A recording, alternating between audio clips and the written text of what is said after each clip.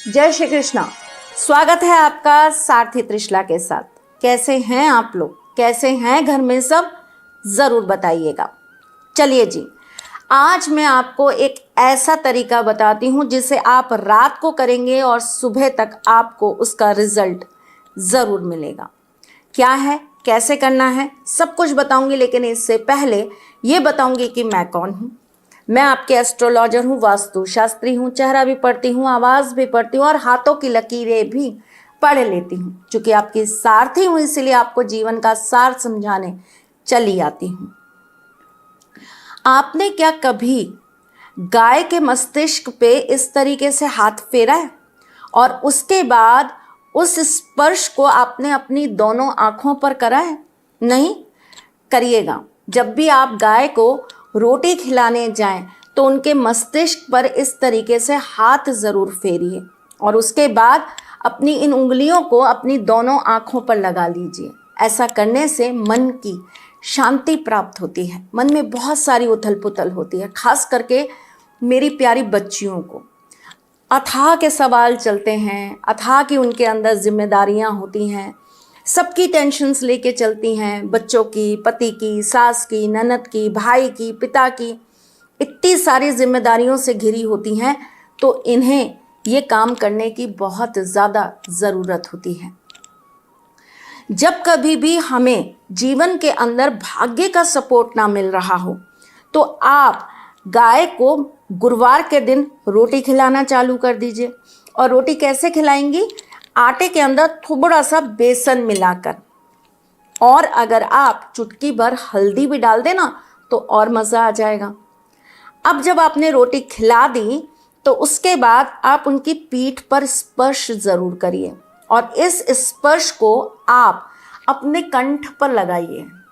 ऐसे अगर आप अपनी इन 3 उंगलियों से ये स्पर्श करके अपने कंठ पे लगा लेती हैं ना, तो ऐसा करने से एक तो आपकी वाणी हमेशा अच्छी रहती है, लोग आपकी चीज़ों से प्रभावित होते हैं, आपके अंदर से आकर्षण उत्पन्न होता है, लोग आपका सम्मान करते हैं, आपकी बात को वैल्यू देते हैं और साथ ही साथ में आपको जीवन में आगे तरक्की करने के मौके मिलते हैं।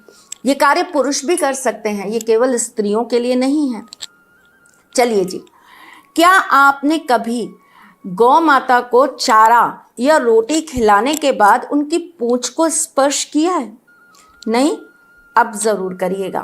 बुधवार, गुरुवार और शुक्रवार अगर आप गौ माता को चारा खिलाते हैं या रोटी खिलाते हैं और उसके बाद आप उनकी पूंछ को स्पर्श करके वो स्पर्श आप अपने माथे पर, अपने मस्तिष्क पर लगा लेते हैं, तो ऐसा करने से बड़ी से बड़ी आपकी कुंडली में बन रहे नकारात्मक दोषों से आपको मुक्ति मिल जाती है। चाहे वो काल सर्प हो, पितृ दोष हो, वंश दोष हो, श्रापित दोष हो, चंडाल दोष हो, किसी भी तरह का दोष हो ना, कोई बड़ा काम ना कर पाओ तो ये छोटे छोटे काम कर लीजिए।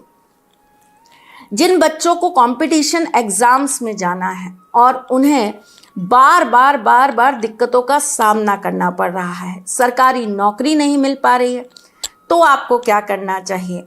सोम, मंगल, बुध, गुरु, ये 4 दिन गौ माता को अपने हाथ से रोटी खिलाना चालू कर दीजिए। लेकिन कोरी रोटी मत खिलाना मेरी जान, साथ में मीठा ऊपर ज़रूर रख देना, गुड़ रख देना। और उसके बाद जहाँ गौ माता खड़ी हो ना, उस जगह की मिट्टी को आप स्पर्श करके अपने दोनों कानों के पीछे लगाइएगा। उसके बाद अपने मस्तिष्क पे लगाइएगा, जैसे पूरा चंदन लगाते हैं ना, इस तरीके से। और उसके बाद अपने कंठ पे लगाइएगा। फिर देखिएगा माँ सरस्वती आप पर कैसे कृपा बरसाती हैं। बात तो बहुत छोटी छोटी है, लेकिन इसलिए बताती हूँ ताकि आप लोगों के जीवन में हमेशा सुधार बना रहे। अगर आप अपने घर के नॉर्थ ईस्ट में या ईस्ट में या नॉर्थ ईस्ट में अगर आप एक कामधेनु की प्रतिमा रख लेते हैं तो आपके घर में हमेशा सुख, शांति, बरकत और उन्नति बनी रहती है।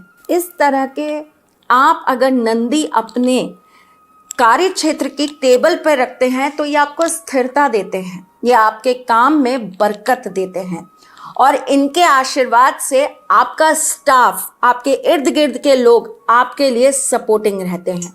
करके देखिए ये छोटा सा कार्य, आपके जीवन में परिवर्तन ना आ जाए तो बताइएगा। मैं फिर आऊंगी कुछ नया, कुछ अलग, कुछ अद्भुत लेके। तब तक के लिए मुस्कुराते रहिएगा, रिश्तों में मजबूती बना के रखिएगा, अपने सारथी के साथ यूं जुड़े रहिएगा, प्यार देते रहिएगा, प्यार लेते रहिएगा, ख्याल रखिएगा अपना और उनका जिनसे आप प्यार करते हैं। मैं जल्द आपसे मिलने आऊंगी, तब तक के लिए राधे कृष्णा।